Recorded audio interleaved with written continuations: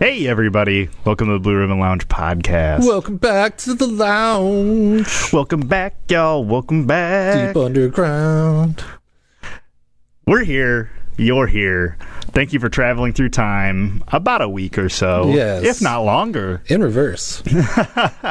But you time traveling beauties, thank you for being here. We got another great episode for you. Yes. If you were a time traveler and you were watching a Mike Tyson boxing match, would you try to record it on your iPhone?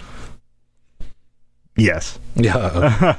But I would think that the circuitry maybe wouldn't work. I would think by time traveling you'd have to use a lot of like electromagnetic force, kind of like a Terminator type situation. Oh, okay, so your phone would make it. Yeah, unless I put it up my butt. Oh, yeah, because it'd be covered with human flesh. Yes, then it would make it. Yeah. Because I guess you could probably record. You couldn't make a phone call or anything. Certainly not. But you could probably record something. Yeah. Yeah, if you got it there with enough juice. Yeah, because the ones where they're like, oh, what's this cell phone back in the day? And it's like, well, if you're a time traveler, you go back in time, there's no towers. Yeah. And it's like, I don't know. I think that there could be time travel in the future. Yeah. But I think it would be different than just like plopping you down physically in a location. Yeah.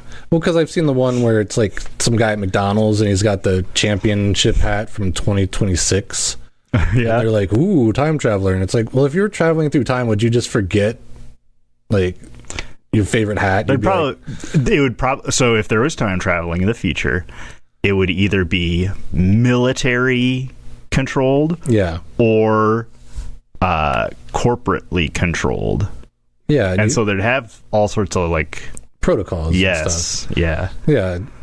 Because when Elon Musk develops time travel, okay, after he's become a sentient robot in 250,000 years, I am a robot.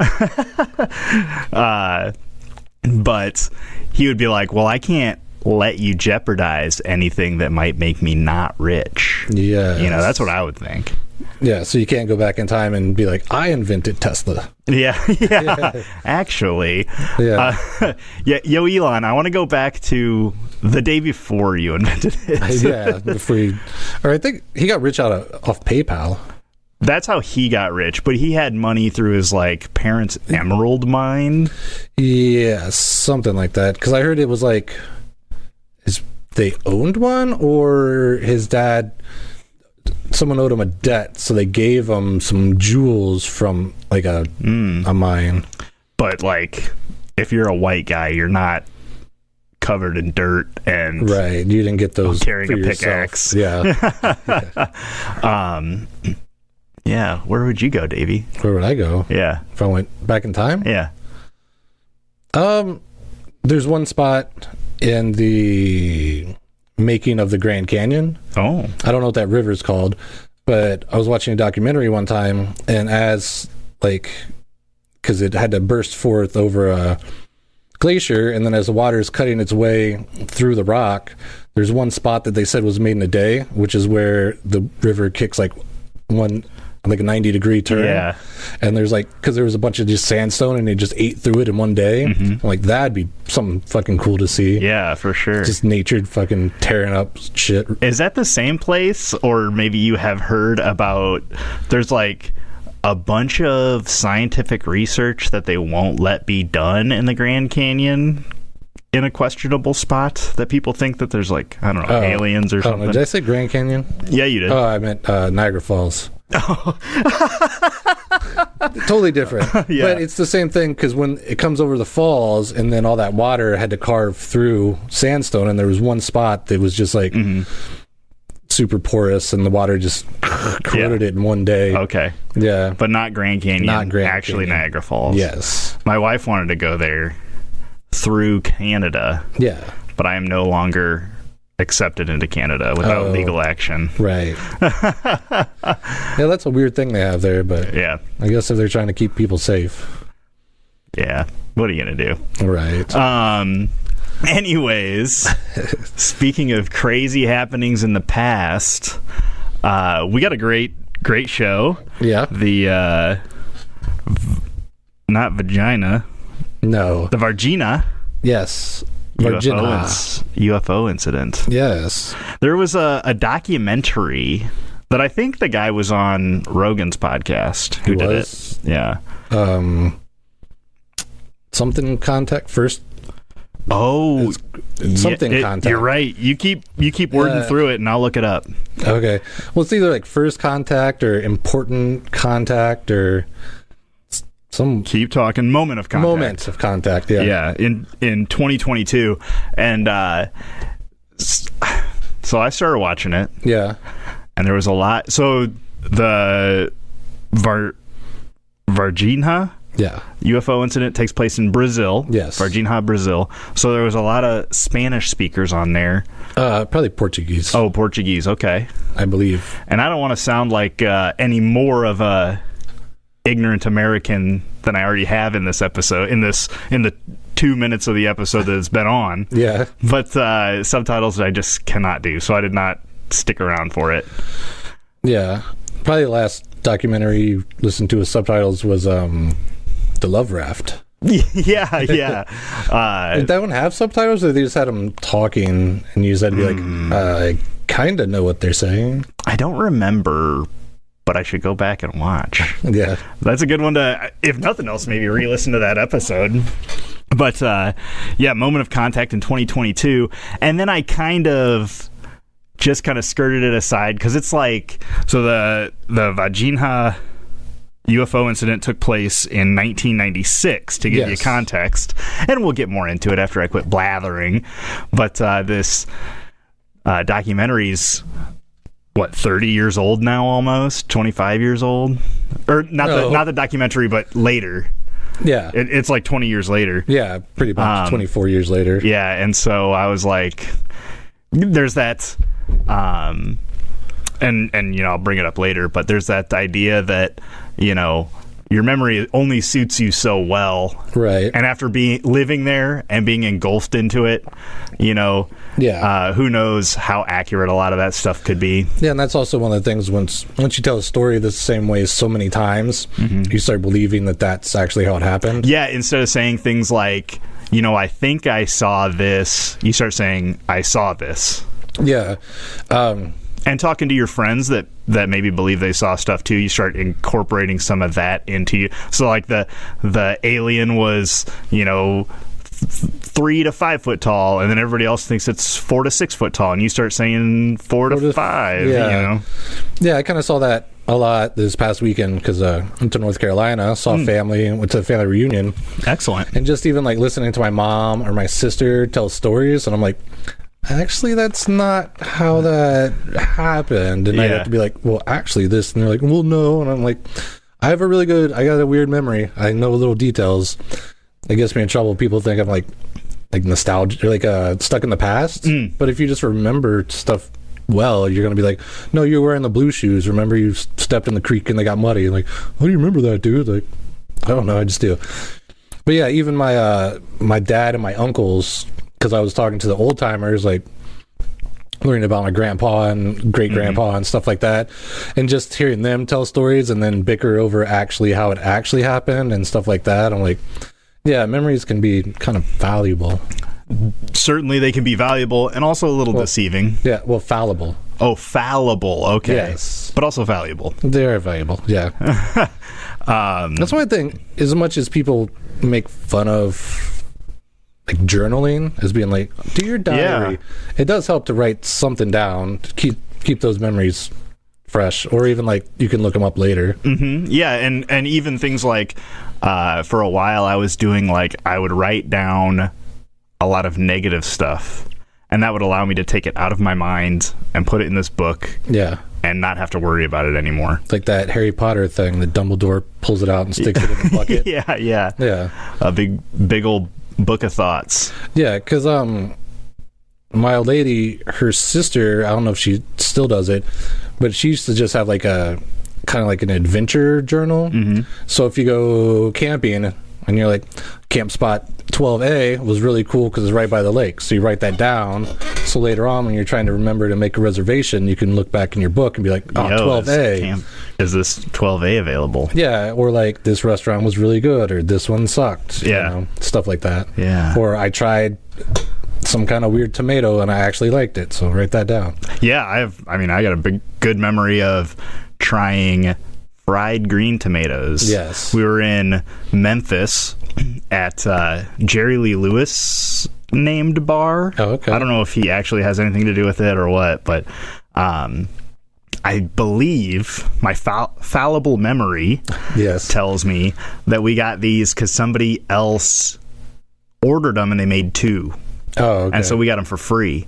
I fucking hate tomatoes, Dave. Yeah. As the day is long as I can remember, I've always disliked tomatoes. They're just the acidity of them, the taste on my tongue makes me want to throw up. Okay. And it's like I've tried them several times, and I would love to not hate them. Yeah, because that would expand my food preferences a lot. Yeah, but I tried one of these fried green tomatoes, and dude, they were like some of the best appetizers I've ever had. Yeah, they're not really tomato-y. They're just more like kind of green tasting. Yeah, exactly. Yeah, they hadn't gotten all red and gross. Yeah. Although tomatoes are the bomb. They got a straight up tomato sandwich. Leave a comment if you like or dislike red tomatoes. Red tomatoes. And I'll delete all the red ones and only the green ones will survive. So okay. But memory. Well, and wasn't that a big thing in the JFK assassination? Like his wife, which his name is Jackie Onassis, Jackie O. Either her or the bodyguard that jumped on the car, their story like completely changed a couple of days later. Maybe, yeah. Where, I can't remember which one it was, but it was something about like, either Jackie O didn't remember like trying to climb off of the car, or the Secret Service guy didn't remember trying to jump onto the car, but it was like totally the opposite because there was film of it. Yeah, and they had remembered it wrong either in the moment or afterwards or what. But yeah, who knows? Yeah, it's one of those things. I don't know. That's so much memory, but it'll be like counting how many times they pass the basketball, and it'll be a circle of people. Oh God, I love that video. And they're passing the basketball around. Yeah. And then at the end, it's like, did you see the gorilla? And you're like, what? I love that video. Yeah. Or like some psychology teacher I heard of one time, people are always like, oh, I don't want to wear this, or I'm going to look stupid, or people going to look at me funny, blah, blah, blah. Well, he did an experiment where he had a student come in wearing like a Britney Spears shirt and be like, here's a message for you, teach, like interrupt the class and then walk out. And then, not make a big thing about it. And then at the end of the class, be like, oh, that guy that came in here to give me that note, do you guys remember what he was wearing? And they were like, no. And he's like, and he brings it back in. And it's like a Britney Spears shirt. And he's like, nobody's going to care what you look like or what you wear. Just be yourself. Yeah, because obviously you didn't notice this guy. Yeah. Well, and that kind of brings up like the people who will notice are the people who you should be talking to more, like in high school, the people who notice what shirt you're wearing are generally going to be your friends who you talk to. Yeah, or if someone's making fun of you for it, then they're assholes and they don't really matter anyway. Yeah, exactly. Yeah. But that's something hard to get past. So yeah, putting yourself out there, I guess, or self-doubt. Yeah. All you beautiful time travelers, have no doubt. Yes, we love you for who you are. Of course. Yeah, and if I was going to travel, kill baby Hitler. Yeah, well, you think if there was a time machine, some comedian told that story. We're like, oh, I'm going to go back in time, I'm going to take a shit on Hitler. But you go back in time and you just be on a big pile of shit and be like, where? Oh, everybody else had this idea too. Yeah. That's funny. But yes, Vaginha, Brazil, which is like Virginia, but Vaginha. With an H before the A. Yeah. Ha. Near Minas Garcias, Brazil. Yes, January 20th. It starts at, well, allegedly it starts back somewhere because NORAD supposedly was tracking this unidentified flying object. Yeah, I heard at some point somebody said 1963, but I wonder if that was just like a mistake. Oh, like they were tracking one 3 years earlier? Yeah, but I think they just maybe had the date wrong. January 13th is, I believe, when I heard that NORAD, which is the North American Defense Command, Yes. had found an unidentified flying object coming into the Earth's atmosphere. Okay. Over Brazil. And just a little history, like NORAD was established. Pod dog. NORAD was established in 1958, designed to provide early warning to and defense for Soviet bombers and missile launchers. Eventually, technology allowed them to monitor airspace pretty much around the planet, and probably fully around the planet. They probably just leave out that they can monitor it over some places, you know. But yeah, on that January 13th, NORAD contacted Brazilian Air Defense to report an unidentified flying object entering Earth's atmosphere about 200 miles northeast of Sao Paulo. Shortly after the contact, the object crashed near the town of Vaginha. Yeah. Because Eurico de Freitas, at 1:14 a.m., he was a farmer and all his cattle were making a bunch of ruckus. Yeah. And he woke up and looked at the time, so he knew that. Which is weird also, I think, because, well, and when I think of it, the town of Varginha is a population of 135,000. Yeah. Which I always kind of think that the Quad City has that, but I think it has that times 4. We have a lot. Because when I was on vacation, we were in Burlington, North Carolina, and it was just like constant traffic and always traffic. And I'm like, I thought this was a little town because like how many people are in it? And they had like 30,000, and we have like 100 something, at least just in Davenport. Yeah. And I was just amazed by the traffic. And I'm like, this is gross. And I don't know, street signs. They don't believe in street signs. What? They have them, like the little ones that you put on like a corner. Yeah. But like in a big intersection. They don't have them on the They don't have them on the signs or the lights. So you have to like look for the corner that has the little sign to know what freaking streets are on. Are they at least numbered, Dave? No, they're like Sycamore and Claymore and Billy North Street. That's what I love about the Illinois side of the Quad Cities. All numbers. Streets, avenues, generally all numbered, thank God. Yeah, but it's weird because if you go from East Moline to Moline to Rock Island, you're like, okay, I'm on 29, and then you go a block and you're like, okay, no, I'm on 2. Wait a second. But anyways. Yeah. But yeah, his cattle was growing crazy, and him and his wife get up to take a look, and they see a cigar-shaped craft hovering above their pen about 20 feet off the ground, and it was kind of like shaking back and forth, and it said like either smoke or fog or something was coming out of the back of it. Yeah, a white smoke. Yeah. And Eurico described the thing as a submarine, because I guess when he saw it, he's like, why is there a submarine above my farm? Like, that's what he said to his wife. I'm sure it sounds really cool in Portuguese, but the translation is a little wonky. But they watched it for about 40 minutes until it finally like disappeared over a ridge headed towards Virginia. And that's where it crashed, in a park area or like a wooded area between 2 neighborhoods. Well, see, now I heard that it had went over a hill, disappearing out of their sight. Yeah. But did you hear anything about this Carlos de Suez? Souz? He was driving, I believe, to the airport, and he heard a strange muffling sound. Yeah. And he was a pilot. Yeah, and he saw going to the airport.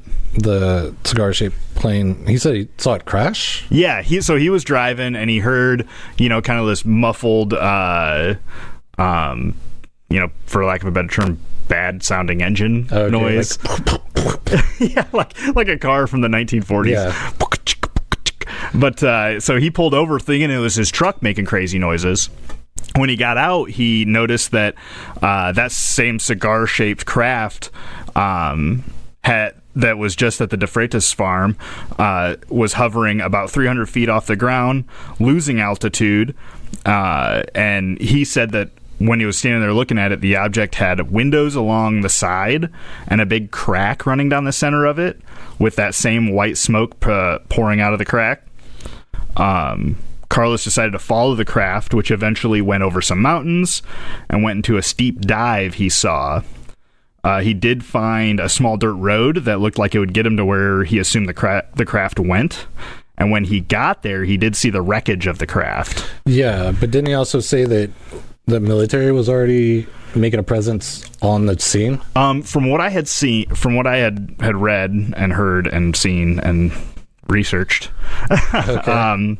he got to the site, and with him being a pilot, he assumed that somebody would need help. Yeah, he was going there to help. Yep, and when he got out, he was kind of baffled by the wreckage. I don't know how much experience you would have with wreckage if you were a living pilot. Right. But he said he picked up this piece of metal that looked like aluminum, but it was like way lighter than aluminum. Yeah, is that where you say he balled it up? Yeah, he like crumpled it up really easily, and then when he dropped it and it got to... As soon as he dropped it, it like reformed its shape. Yeah. And like slowly fell down to earth, kind of like a feather, or like if you were to drop a piece of paper. Oh, okay. Which is weird. Although I have seen where they have metals that they were trying to use for cars that, if it got crashed, you could heat it up and it'd pop back into its shape. Okay. I don't know where they ever got with that, but That would be cool. yeah. But before he could get any closer to investigate, that's when a military convoy of trucks came to the scene, and soldiers got out, making a perimeter, even aiming their guns at him, telling him to get away from the wreckage. Yeah. Threatening him. Yeah. Like, hey, we got this under control. You get out of here. Yeah. But yeah, there was also, because this was around 9, and there was multiple calls to the military or the fire department. Mm-hmm. Because in Brazil, the fire department is part of the military. Oh, really? Yeah. Oh, I didn't know that. I was kind of wondering like why these fire department people were getting called out. Yeah, because the fire department is a military organization with the mission of civil defense, firefighting, and search and rescue inside the states of the Federation. So it's like being a National Guards person. Okay. But your main job is probably firefighting. Yeah, I mean, that would happen, I think, more often than alien crashes. Or search and rescues. Yeah. Yeah. Or national defense, I mean. Yeah, one of the calls at 8 a.m. or so was a college student reportedly seeing a creature with dark, oily, brown skin crouched in an alleyway near a local park. Saying it had the college student said, saying it had small hands with 3 long fingers, between 4 to 5 feet tall, and with no hair or clothes.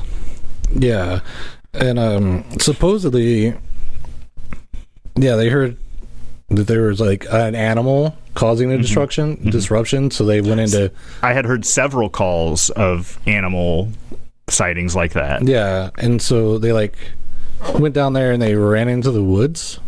Yeah, the firemen who got the call got onto the scene, and there were apparently several civilians watching from the road, and the creature had gone down a steep embankment toward a heavily wooded area. Yeah, and I don't know if that's the one where they said at some point kids were throwing rocks at them, at these creatures. Hey, that sounds about right. Well, I mean, if it started to come towards you. Oh, yeah. I mean, I would look for a weapon. Throw some rocks. Yeah, stay away. But they said that in this instance that they caught it and it was making like a buzzing sound. Yeah, like a group of bees. Yeah. A herd of bees, flock of bees. Something like that. But they said they stuck them in a cage and then covered it with a cloth to get them out of there, or like a stainless steel box, maybe. Oh, damn. Yeah. I guess if you get a call about a creature, you're assuming like a dog-sized thing. Yeah. And you need something to put it in, I suppose. Yeah, so I don't know if they use like those dog catching noose things to get it and stick it in the box. Or... I had heard a net. Yeah, but that too. But I mean, because what happens later, then maybe they had gloves on when they were shoving it into the box. Yeah. Or something. But all throughout that morning, there were lots of eyewitnesses that would talk about the amount of military in the area, including like some F-5 jets flying over at low altitude. So, whether even people that didn't see anything strange did note that there was a large military presence in the town that day until like about 11, I guess. And then it kind of died down, and I think this is when they got caught this thing, and they're like, okay, we got the alien, and then we're just gonna deal with the crash site, so then they don't have to like patrol the town as much. But then at 3:30, 3 young ladies were walking home from work when they saw a strange creature in a field by where they lived.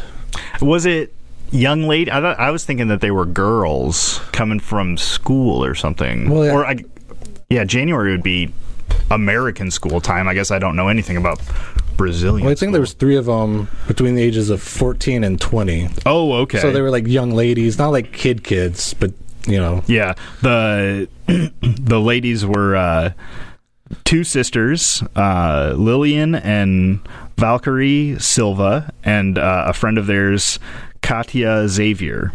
Okay. Yeah, and I think they were heading to a park, is what I had seen. I thought they were little kids heading to a park. No, they were, from what I heard, they were coming home from work. Okay. And one of them, because I didn't write their names down because they were tough to say, so I wasn't going to try anyway. I'm here for it. All right. One of them saw some graffiti, and she's like, oh, that's cool, and then noticed 8 feet away from her was this creature that was crouched down with its hands between its knees with a... Some say it was like greenish, but with brown on it, but also just a brown, greasy creature with big red eyes, a small mouth, a big head on a wobbly neck, and like, no clothes. No clothes, and bumps or like horns on its head. Yeah, 3 bumps on its head. That's and that once she kind of looked at it, and then she was like, hey guys, look at this. And then when her friends came over to look and the thing turned and looked at them, they're like, oh, it's the devil, and they just took off running. Yeah. But they also had the feeling that it was hurt or injured, or like in distress. Yeah, it didn't, from what I had seen, it didn't say anything, but they kind of like heard or felt. Yeah, one of them said they felt, as soon as it saw its eyes, she knew it was in distress. But they were still like, get the fuck out of here. Yeah, don't help a hurt demon. No. Although that's a good way to get a favor, I suppose. I guess. But they also said it smelled of ammonia. Like stinky, super stinky alien. Yeah, and that Carlos... who had followed the craft when it crashed, he had said that there was kind of a thick, dense odor of ammonia, or what do you call it? It was like the smell of rotten eggs. Yeah, sulfur. Sulfur, yeah. Sulfur and ammonia. Yeah, kind of mixed together. Yeah. Which I don't know if I would just say rotten eggs, but... Yeah, the Katrina said it was not an animal or human. It was a horrible thing. And they went and told their mom, and their mom was just kind of like, all right, get out of here. But yet she could tell they were shaken up, so the mom's like, well, I'll go look. And she went back to the field, and she didn't find the creature, but she did smell that lingering odor of sulfur and ammonia. Well, I had heard that she had seen a footprint. A supposed footprint with 3 long toes, and then that lingering smell. I just heard about the lingering smell. Yeah. Yeah, and then supposedly also later that night, they were visited by 3 men in black uniform, or black suits. Yeah. Let's get to that in a second, and we'll kind of group some of these stuff together. And I don't know where you're finding all these times, but that's great. I had seen that while the military was all still patrolling the area, Eric Lopez and Marco Cherez, who were two military policemen, were patrolling, and they saw a small creature with dark skin run across the street. Marco jumped out of the car and grabbed it, and they took it to the hospital where it allegedly died. Well, I thought they found it on the street. Like, they either passed it or they rolled up onto it. But I've also heard that they thought maybe they hit it, and so that's why like scooped it up and was like trying to get it help. Yeah. Because it was injured in some way. So it was either just laying on the street, like E.T. in the ditch style. Yeah. Or like they clipped it while I was running across the street. Well, and whatever it was, and however it happened, they took it to the hospital where it allegedly died. Marco then began to feel ill, his skin feeling greasy, and he had a strong smell of ammonia in his nose as well. Yeah, like he couldn't get that stench off of him. Yeah. Within the next 2 weeks, he got sicker and sicker, was admitted to the hospital where the doctors could not figure out how to cure him.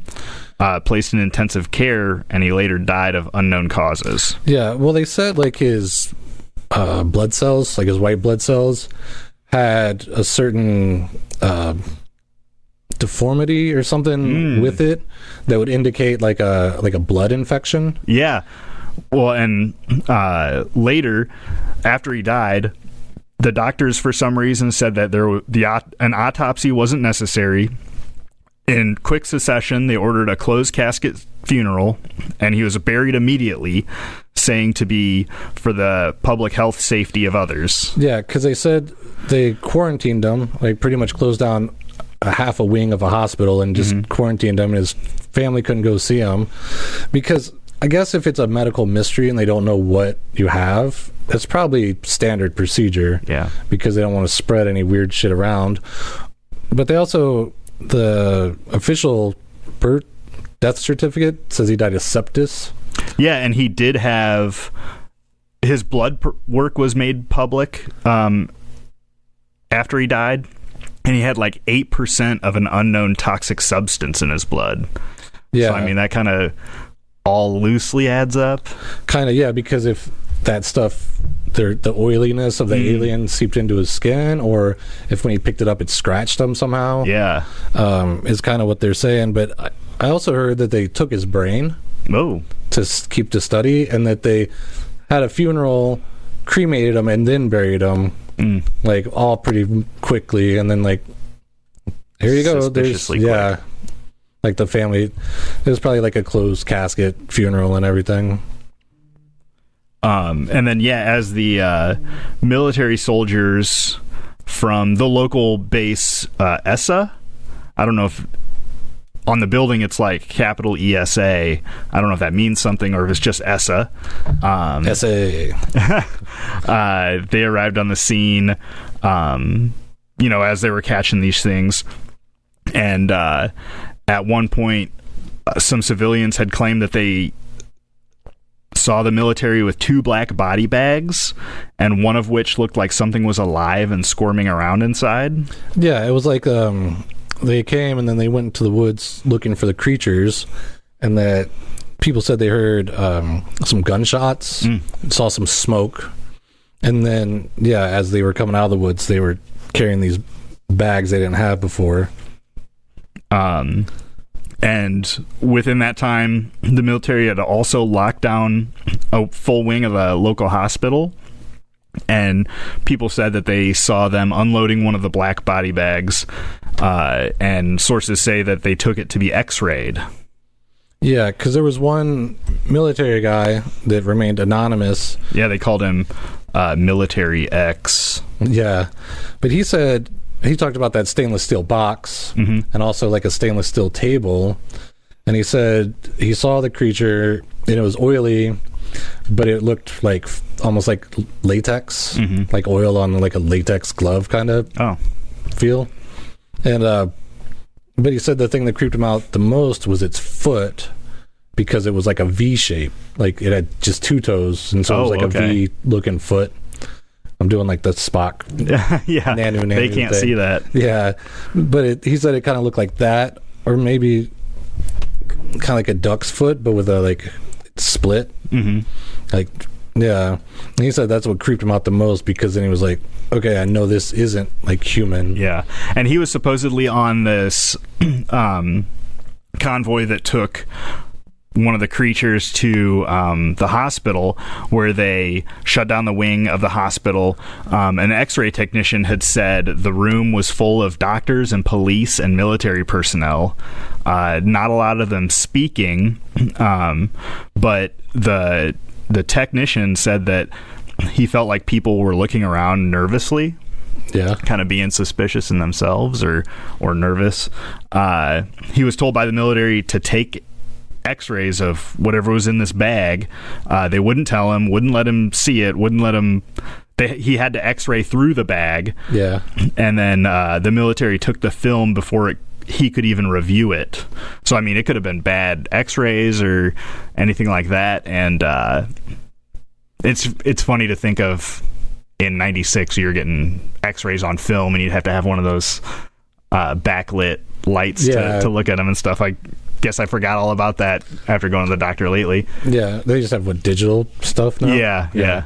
You just look at it on a computer. Right. The military left with the x-ray film, the black body bag, and again, the smell of ammonia lingered in the hospital.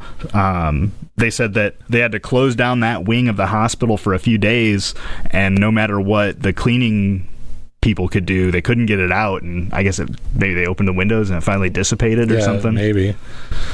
But I also heard that while the Brazilian military was at the hospital, that the United States Air Force helicopter landed and maybe took something away, like came to retrieve something from the Brazilian military. Yeah, so something that I had heard, I couldn't tell if this was a different accounting from the actual source or if this was something that that military X, the guy who didn't want to be public, was talking about. But he was talking about when he was on the convoy, went to the hospital and back, and then after he saw the creature, he was called into his commander's office, and when asked what they saw, he reluctantly stated that he saw what looked like a burnt person or something like that.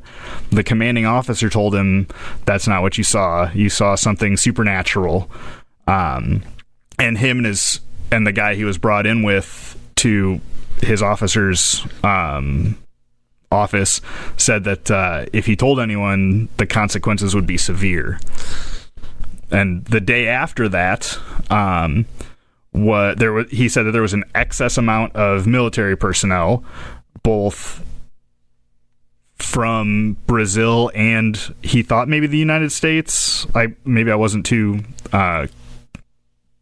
Maybe I'm not too sure about that. What his recollection of that was, but he said there was a lot of people there, more than normal. Yeah. He has, and this is where it kind of gets confusing, because there was a Jose Manuel Fernandez who was an air traffic controller. This military X was sent the next day to the Espesix Air Base, Espesix Army Base, in Campinas, Brazil, and either he talked to Jose Manuel Fernandez or somehow his story got in here. Fernandez said that 2 helicopters left Espesix, went to Vaginha, and then returned quickly, at which point a large United States Air Force plane came in without authorization to land. His superiors told him to allow it to land, which is a situation that doesn't often happen in a military base. Right. Everything's planned out. Yeah. And boxes were loaded. It seemed like from the helicopters that had left and come back, pretty much directly onto this Air Force plane, and then the plane just immediately took off after it was loaded up. Yeah. The first part of that is odd because if you did see something supernatural and you went into your boss's office and you're like, I think I saw a burnt body, you would think that he would be like, that's exactly what you saw. There was a napalm spill, and we want to keep this on the down low. So if you don't mind keeping it to yourself, that'd be great. That does seem odd that he would be correct them. Yeah, no, actually, you saw an alien. Yeah. But shut up or we'll kill you. Yeah. And for the most part, it sounded like maybe that one plane from the Air Force coming in and leaving was about all that the U.S. had done, until we start to get into these guys who are talking to people who had seen stuff. Yeah. And you had talked about that one girl's mom. Yeah. Getting talked to. Oh, they just said that later on. Yeah, like the Men in Black came to pay him a visit, like Men in Black suits. Yeah. And I don't know if they told him if they bribed him or if they used force or like intimidation to be like, don't talk to anybody. Yes, it sounded like these guys came in and they had like a big bag full of money, potentially thousands of dollars worth of cash, if the mom would convince the daughter and her friends to retract the story and say that they made the whole thing up. Then they would apparently they said that then they would have to leave the country and never speak of it again. Oh. The mother refused and told the men to leave. But it sounded like they got frustrated and they were trying to maybe use a little bit of intimidation. Yeah, but they're a little tougher people down there. So, because that town is basically factories and coffee farming. Yeah. So I'm sure that and cow farming. Yeah. So it's a little like it's like Roughnecks. Yeah. You know, an industrial city. They're not going to be intimidated too much. Yeah, and it sounded like these Men in Black suits had talked to a few other people. Carlos, who had followed the craft to the wreckage, said that after he had gotten kicked out of the crash site, he said he grabbed. This sounded like it happened a little bit too fast, but maybe not. I didn't get a lot of the timeline itself, but he said he went and grabbed a cup of coffee and collected himself, and he was approached by two men well dressed in black suits. The men told Carlos that they know who he is, where he lives, that he has a wife and a daughter, and needed to forget everything he saw. Then they got into a black car with no license plate and drove away. Dun dun dun. Tommy Lee Jones and Will Smith. Hell yeah. Yeah. Fucking mind erasers. And then as well as the mother of the one girl who saw them, if I can find it, there was a well-respected family within the community that stated that they saw a rotating flying object above some houses, and while it was rotating very quickly, it was completely silent and moving very slowly back and forth like it was looking for something. The men supposedly in black suits also showed up to their house and began to ask a lot of questions, talking to the family for hours, and before leaving they said to the family, "What you saw never happened, this talk never happened," and implied if they spoke publicly of it, it would end badly for the family. They would never happen. So, and I thought that one was kind of weird because it was a saucer shape as opposed to the cigar shape. Yeah. Well, this is also one of the things where supposedly there's all these eyewitnesses, but there's no like real hard evidence. Yeah. Except like the Marco, he did pass away. Yeah. Because also I had heard one of the firemen passed away at some point. Okay. Yeah, one of the firefighters later died from unknown toxic poisoning as well. Okay. From what I had heard. Yeah, and this is also one that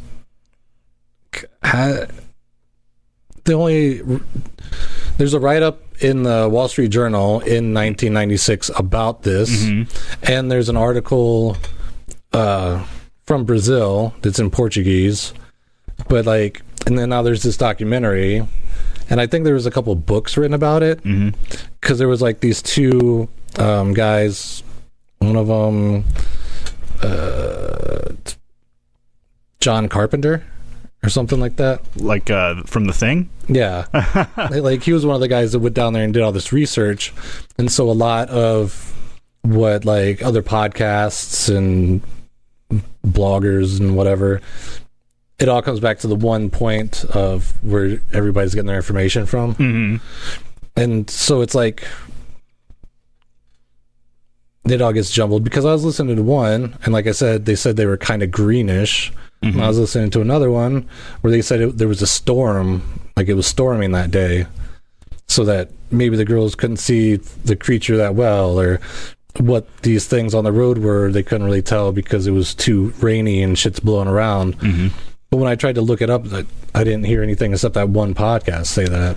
Yeah, some of the kind of contrary things that I had heard was, like you said, it's all mostly witness testimony, which we were kind of talking about in the beginning.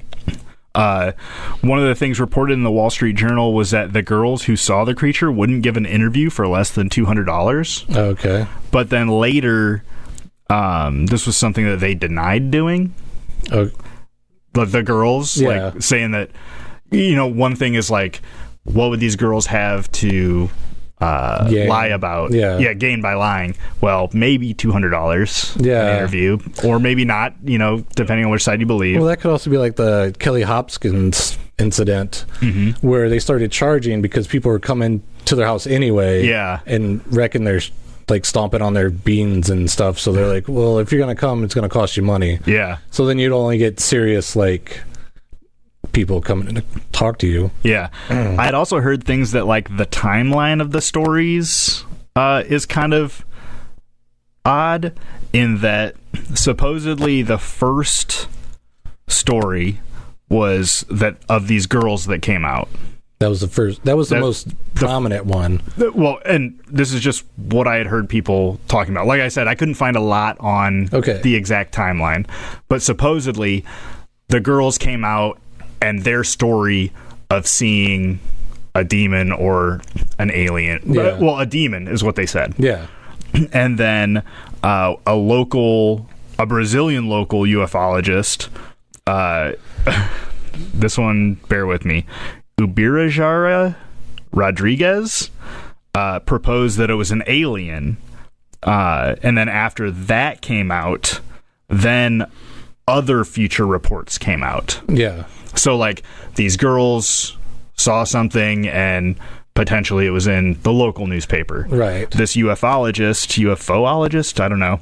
Ufologist. He saw it, kind of. The girls had a local artist draw up an image of it. I don't know if maybe that was in the paper. But then this Rodriguez ufologist comes out and says he believes that it was an alien, and then potentially all these other stories about seeing things comes out, which, one, maybe that is the case, because everybody else is like, well, I saw something weird, I don't want to go around telling everybody if it'll make me sound crazy. Or maybe they're trying to get this $200, but then the 911 calls, like, what? Because those were documented. During people thinking they saw something crash. Something crash, a creature in the streets. But also, like, they also beefed up their tourism afterwards by playing up the UFO thing. Because one of their water towers looks like a UFO. Much later they kind of embraced it. Like a couple of bus stops also are like UFO themed. Which is the same thing that Roswell did. Well, there's a UFO themed McDonald's. I need to go to that. I'm sure we've brought it up, and I'm sure I've said that. So, but then there's also this. I don't know if you heard this. Mudinho sounds familiar. So, as an official explanation, that the girls must have seen a local by the name of Mudinho or Little Mute. Oh, yes. He was like 30, but I guess he was mentally handicapped. Mentally and physically handicapped from what I had seen. Yeah, because and his favorite thing to do was to go around and inspect stuff on the ground. Yeah. His real name is Luis Antonio de Paula. He was physically and mentally deformed, or disabled, rather. Yeah, but I also heard that it was like he had a hunchback. I had seen a picture and I didn't see a hunchback. Okay, because I seen a picture and it looked like the picture that the girls had drawn. Yeah. Okay. And locals state that he doesn't live by where they saw him. It was like an empty lot that they saw him. Yeah. But he lives at that empty lot. Okay. You know, so like, yeah, if you're mentally and physically handicapped, a lot of times you're going to be living on the streets, even in America. You know? Yeah, but I think like he lived with his parents, but during the day or whatever, he runs the streets, and if he likes this one certain lot where you can look at grass and bugs and sticks, yeah, you know, and it's abandoned, so nobody's going to bug him. Yeah, but like you were saying, the weather. From what I had heard, there was a recent storm. A recent storm. Yeah, okay. not on the same day, but there was a lot of flooding in the town. Okay. So what, at least what the official explanation about this is, that this Mudinho or Luis de Paula was maybe muddy from the rain and flooding and dirty, causing him to look weird, and the girls saw him. And if you get mud in your eyes, they're all bloodshot. Yeah. But then also, I heard two different stories that they were asked if it was him originally. Yeah. And they said that they knew him and it wasn't. Yeah. But then also I heard a story where like later they said, or no, the first one was earlier, it was that they didn't know him. Okay. And then later it was like, yes, we know who he is, and it wasn't him. It wasn't him. Yeah. But they also said he wore a diaper, so maybe that could be why it was kind of smelly. Smelly, yeah. Or he was mostly naked. Yeah. You know, either just wearing the diaper or maybe it came off. Because that was another thing I heard on an obscure podcast where this guy was being a perv, and he was saying that maybe, like, his theory was if this guy was in this field going to town and these girls walk up on him and they're like, oh my god, and they run away, maybe they got traumatized, so then they just think they replace that image with like a alien or a demon, and that's what they saw. Yeah. Instead of like some guy cranking one off. Yeah. Trauma will do that to you. Yeah. I mean, it's not far-fetched, but still, just to go there, it's like, yeah, you know, what's more far-fetched? You know, right? I feel like if they're not equally far-fetched, one is more practical than the other. Right, exactly. And then they also said that the people at the hospital that saw these creatures, that it was actually just some parents giving birth. Like a couple that were expecting. Okay. And but they suffered from dwarfism. That's why they look so weird and foreign or exotic. I could understand that. Yeah. But still, I've seen little people out in town. Yeah. And I've never been like, an alien. But maybe not, mid-90s Brazil. Who knows? Yeah, but I mean, the 90s it's pretty of age. Yeah, I mean, the only thing, you didn't really have the internet, so maybe you weren't exposed to it as much, but still, a tiny person would look like a tiny person. It wouldn't look like an alien. Yeah, it certainly wouldn't have 2 or 3 fingers or toes. Yeah, or anything like that. I mean, the military certainly wouldn't be going to a hospital to arrest a couple of people or having a baby. Or having a guy x-ray them in a bag. Yeah. Unless they passed away and they were like, oh, what's a dwarf baby look like inside of the mom? No, Or some but the kinda military, I don't know. weird, I don't know. Maybe that more scientific kind of thing. Yeah. So yeah, that's pretty much all I had. But it certainly was interesting. Yeah, because they also said on that day the reason there was a large military presence was that there was an actual convoy going through town, but one of the trucks broke down. So they had to stop to fix it. So that's why there was, more military around than normal. I don't know what I believe. Yeah, I don't know. Because, I mean, it is a lot. Because, I mean, with so many eyewitnesses, and then, but also to be like, well, we're going to be the Roswell of Brazil. Yeah.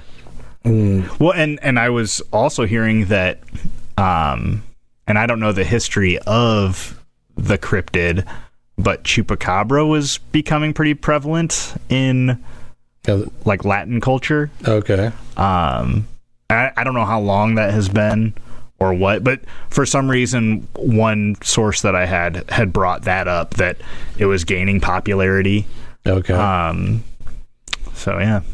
So they were just... They could have seen a couple of weird looking like dogs with mange. Yeah, and then if some it just girls flooded and some things are... Yeah. That would maybe explain the grease if it was lots of mud or oil from streets and sewers have mud all over them, or oil all over them. So you know when that rises and you go through the water, and a couple of stray dogs get all covered. Yeah, that's why you should not be going into the Mississippi River if it's flooding. Yeah, that's not a good thing. That and the used needles. Yeah, that and what you told me about your old lady's shop is how it comes through the toilet. Yeah. Floats through the toilet. Yeah, it's gross. And it all gets mixed in. Yeah. But yeah, check out that documentary if you don't mind listening to stuff. It's on YouTube, Moment of Contact. If you don't mind reading, and that's all for me. Yeah, if you like that kind of thing, and let us know if you like the outer space stuff more, or if you like the true crime stuff more, or you like the cryptid stuff, or I don't know, history lessons. Yeah, topics are always appreciated. We got this big long list of stuff, so we'll keep them coming. Yeah, we'll try to keep getting through it. But new stuff that pops on the list that I haven't been looking at for years is always appreciated. Yeah. So you time travelers, you be good to yourselves. Yes, and remember, respect, walk.